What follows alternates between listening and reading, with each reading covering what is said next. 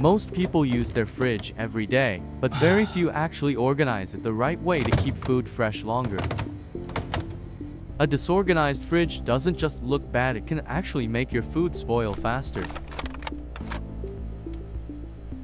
The secret is understanding that every shelf in your fridge has a different temperature zone.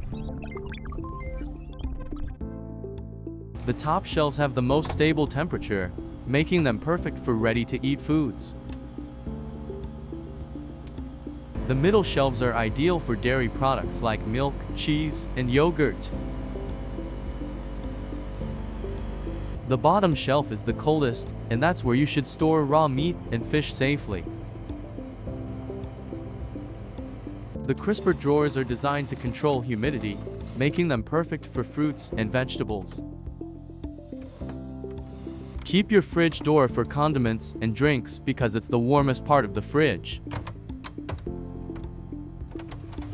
Also, don't overfill your fridge. Proper airflow is key to keeping everything evenly cooled.